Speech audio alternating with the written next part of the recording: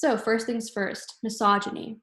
Now, one important thing to note is that although misogyny, sexual violence, and rape culture are all directly linked to one another, this doesn't mean that just women can experience sexual violence or be victims of rape culture in any way. This doesn't exclude male experiences at all, and this is simply trying to tie a correlation between misogyny, rape culture, and sexual violence in our society today.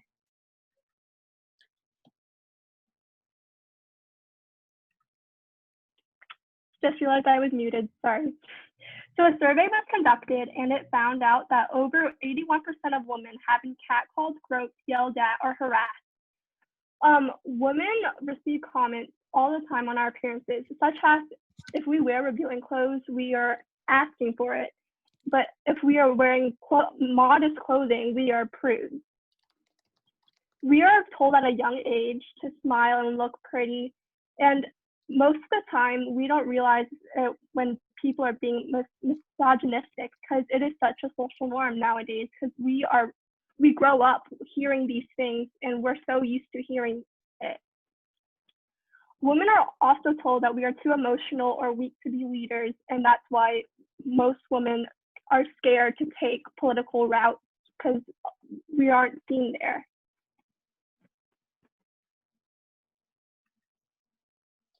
So now let's talk about sexual violence. This includes a variety of things, including rape, sexual assault, sexual harassment, domestic violence, sexual abuse, and more. So here's just some statistics to put this into perspective. So 1 in 5 women will be raped at some point in their lives. 91% of victims of rape and sexual assault are female, and 63% of sexual assaults are not reported to the police. All right, so gender-based violence is basically violence directed at or disproportionately affecting someone based on their biological sex or their gender identity.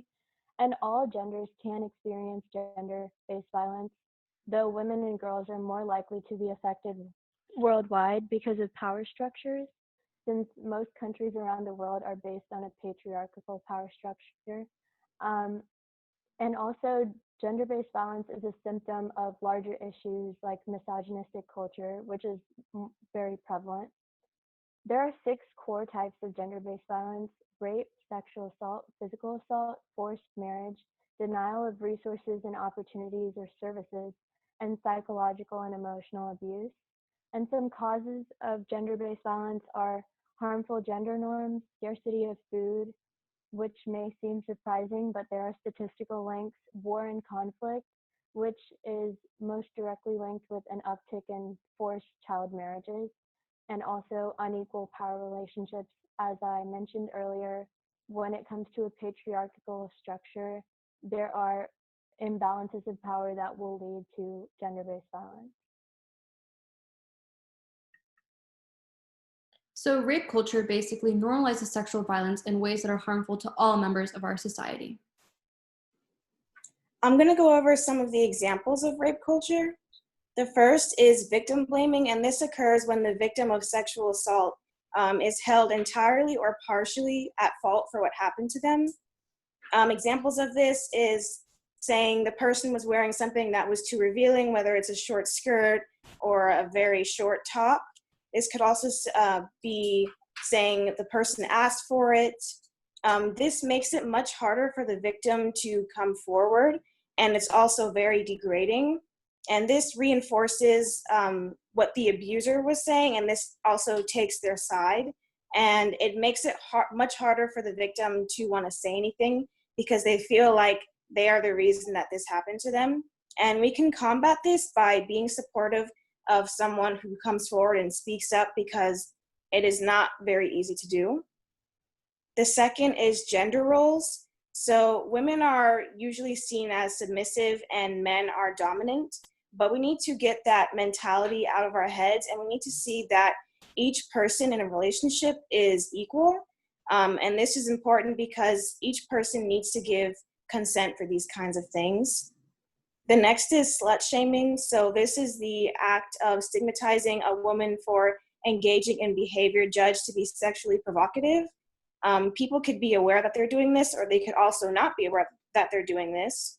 This includes shaming someone for something that they're wearing, as mentioned before, or assuming that a girl is wearing something to please a male or for attention. This can happen online or in person, and it's degrading and humiliating once again. And if women hear this enough times, they will start to see themselves as worthless and start to believe the things that they're actually hearing. And they will actually start to blame themselves if something did ever happen to them. The next is trivializing sexual violence. This is not holding men accountable for their actions and saying, oh, boys will be boys, and saying that it is in their nature.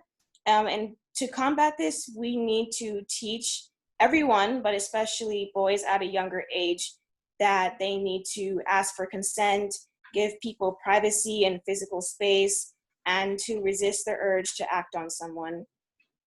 The next is questioning survivors. As mentioned before, this makes them very hesitant to speak up, and it makes them less confident, and it makes them feel like it was their fault.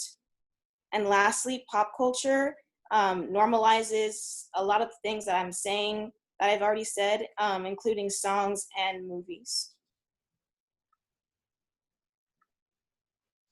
Okay, so next I will be talking about how rape culture and stuff is prevalent in society. So in schools and universities, rape and sexual assault cases, they're handled very poorly, and that has a lot to do with the justice system and public mindset, and that ties back to rape culture.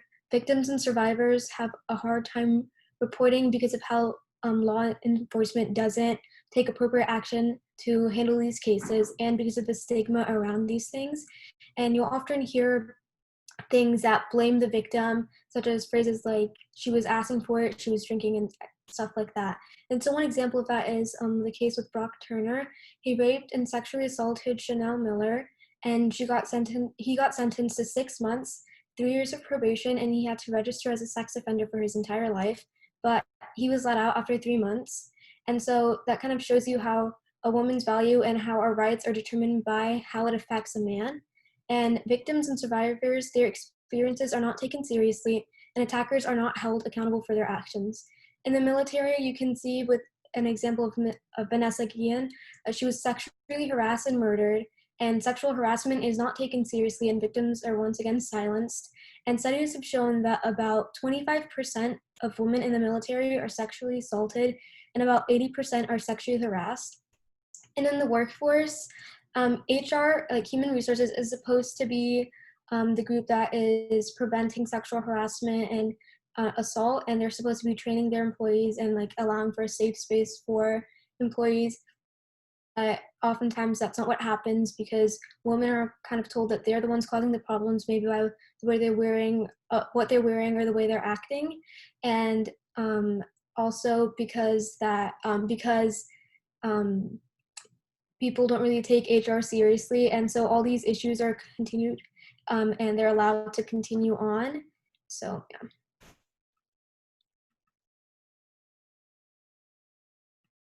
Okay, so of course sexual violence leads to like physical violence, like rape, of course, it hurts the victim. But there's multiple ways of harm that could lead to sexual violence survivors, and that's psychological and emotional. It could lead to shame, feeling like somehow this was all your fault, that you're ashamed of what happened to you because you did something bad. It could lead to guilt, like what I was saying, like someone feel like it's their fault, or even fear and distrust. You could kind of feel like you don't trust society or you don't trust guys anymore because of their lack of empathy, like your abuser did to you. There's also psychological issues that come with that. Some people fall into a deep depression, anxiety, like having anxiety when talking to other people now, eating disorder, substance abuse. There's people that fall into substance abuse because they just can't reconcile with what happened to them. They feel like they're the only ones, that they have no one to talk to, that they just go to drugs and go to have PTSD because of the sexual violence that occurred.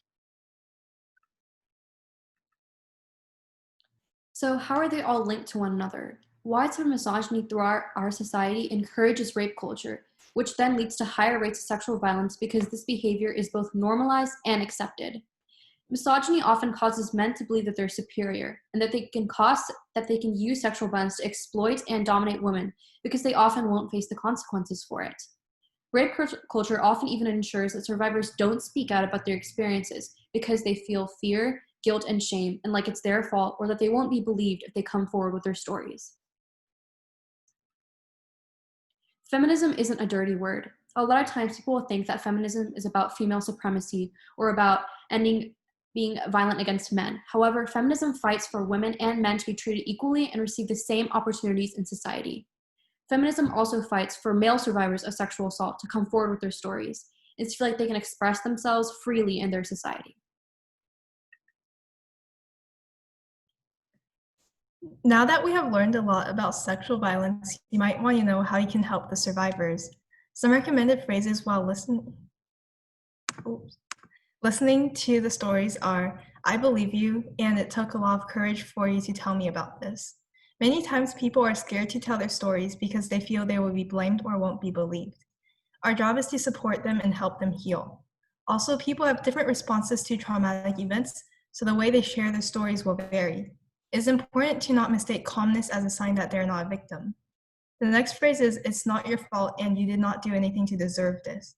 As you may have heard from the stories, many people blame themselves for being victims, although they were not at fault. It is important that they are reminded they are not to blame. The third one is, "You're not alone and I care about you and am here to help listen or help in any way I can."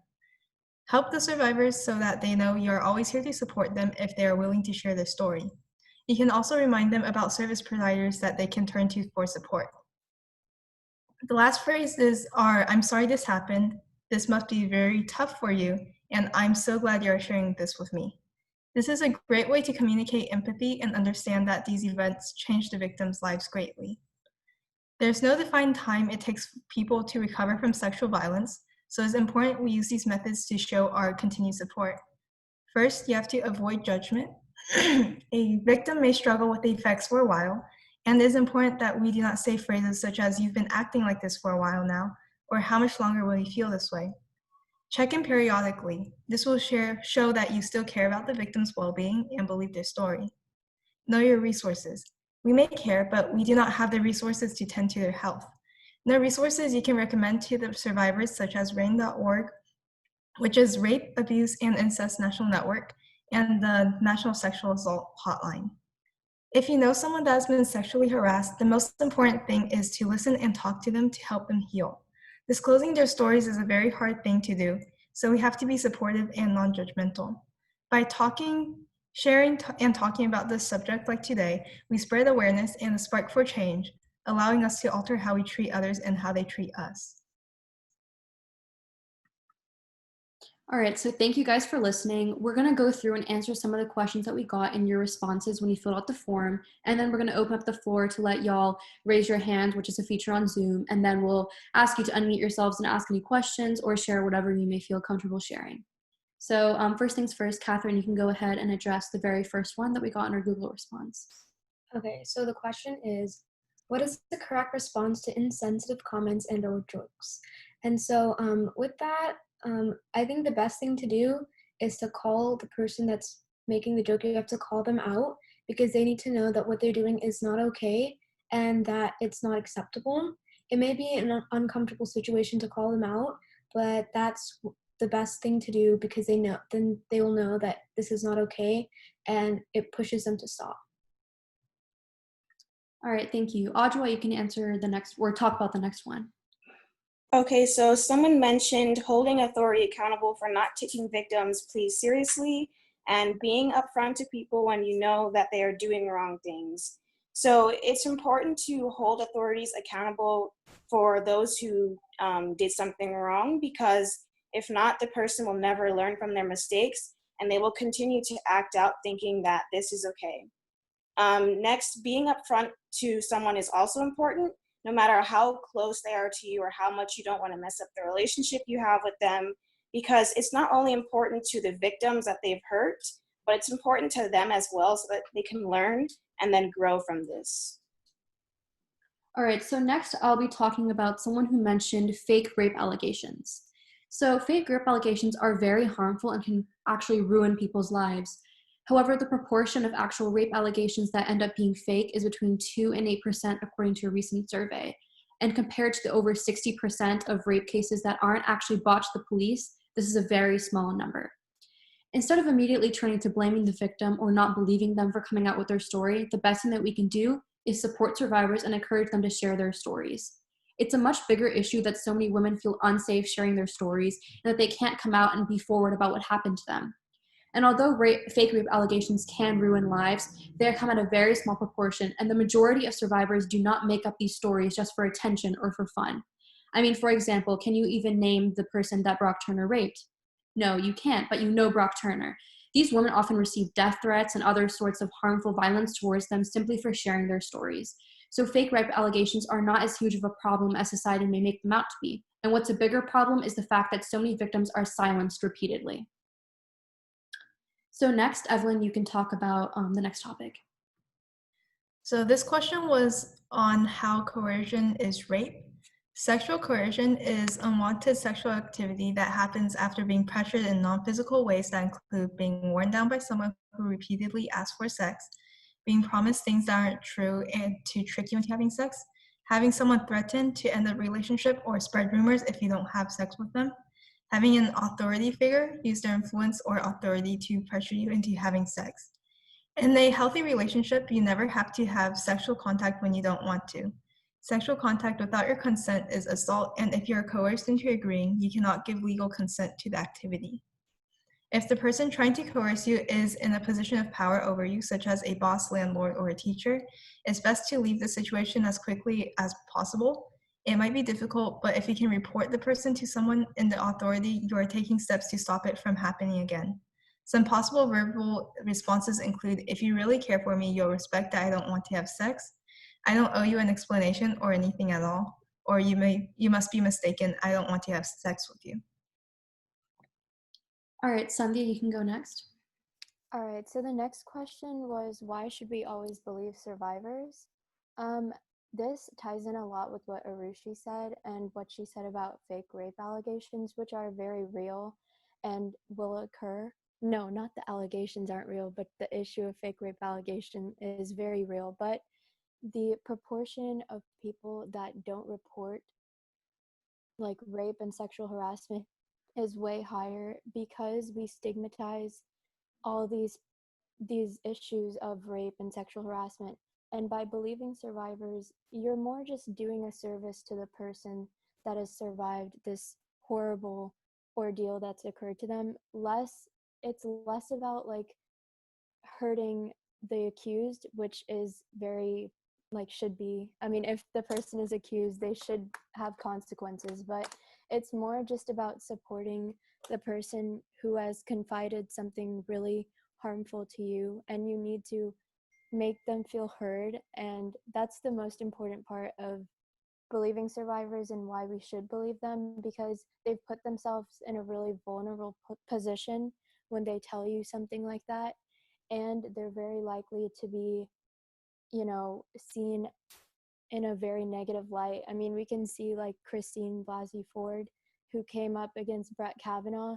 She was torn down and lots of death threats were she was threatened and all that kind of thing. So it's just really important to destigmatize this and encourage people to come out and talk about their experiences.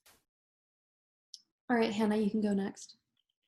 So the question that I'm answering is, how can people who have never been sexually assaulted help support those who have?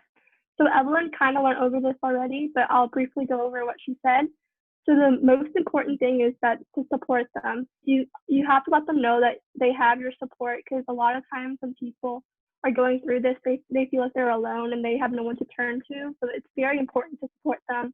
And if they need someone to talk to, be there to listen and be a shoulder that they can lay on. All right, so the last question that I'm answering is, what do I do if I get sexually harassed as a man? And this is a really important question, because oftentimes people think that men can be victims of sexual violence, but they really can be. As a man, your story is just as valid and just as important as those of female survivors. Just because toxic masculinity or society may tell you that you shouldn't feel anything, or that, this is your fault because you're supposed to be manlier or better at this, just know that you are so valid, and sexual violence against men is still a very big issue. You can be really forward about your feelings. You can share your stories, and you will be heard and you will be supported. So if you do get sexually harassed or experience sexual violence as a man, the same thing applies to you. Find someone to confide in, tell your story, and don't be afraid to speak out and to be really honest and vulnerable about what happened to you, because we will stand with you and we will listen to what you have to say. All right, so that's all the questions and topics we answered from our Google form specifically. But if you have any other questions, you can go ahead and use the raise hand feature in Zoom, and we'll go ahead and call on anyone who may want to ask or share anything at all.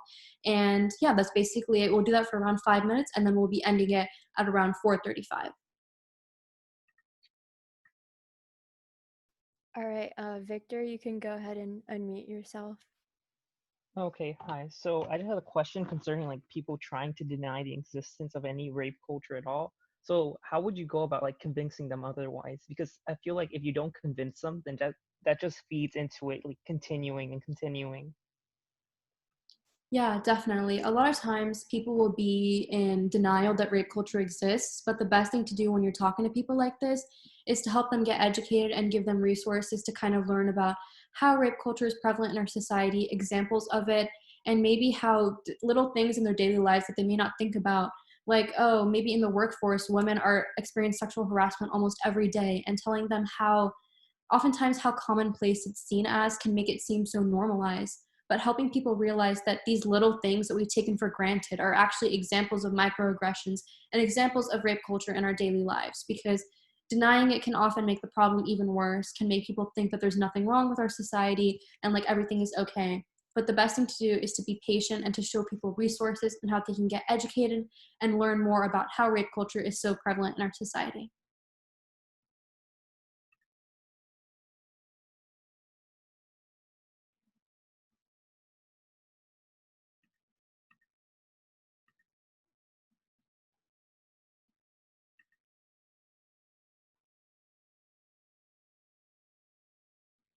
All right, so I'm going to go ahead and answer one of the other questions we had in our Google form that I think is really important.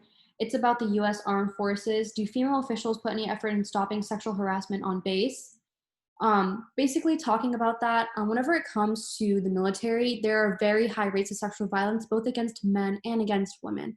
And oftentimes the power structure and hierarchy that's present in the military makes it almost impossible for victims to come forward, because the military does have a very militarized, very strict way of kind of ensuring that the officials are ranked in a way that makes it like a hierarchy. So if, for example, someone was assaulted or raped by someone who's higher than them, some sort of official, it's very hard for these people to come forward because oftentimes they won't be believed, or they'll face consequences, such as Vanessa that we talked about earlier, who was sexually harassed while she was in the military, and she ended up getting murdered when she spoke out about it. So whenever it does come to this, it's very difficult to avoid it, because oftentimes whenever it comes to the military, I mean, you're in close quarters with people, you spend a lot of time with them, and this is often used as an excuse to say that, oh, having men and women together in some sort of military confinement means that rape is going to happen no matter what. But this isn't true. A lot of people do put genuine effort into ensuring that people can come forward with their stories, but in the military, as of right now, sadly, it is really hard to have your voice heard, to have an actual report filed against someone, because oftentimes it's an abuse of power, and it's really hard to come forward whenever the person who assaulted you is higher ranking than you are. It's hard to get believed. It's hard to get the help that you need. So sadly, that is how it is in the military as of right now.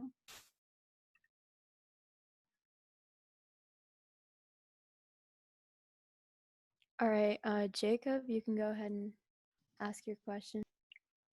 Hi. I found this really interesting. However, this one topic I feel hasn't been addressed, and uh, it's something that I haven't really seen a lot of research on or much on really, but it's about some of the sexual assault in prisons and in that system. Because I've heard stories. Well, these are anecdotal, but especially like in female prisons, it's quite bad. I think there was a John Oliver special on it, and in male prisons, there's also a similar issue. So like, what in that regard, what can be done to help remedy this? Well, the prevalence of sexual violence in prisons is often the symptom of a much larger problem, which is the prison system in general. There's a lot of reform to be done when it comes to safety in prisons and ensuring that inmates are treated with respect, are given the safety and the security that they need.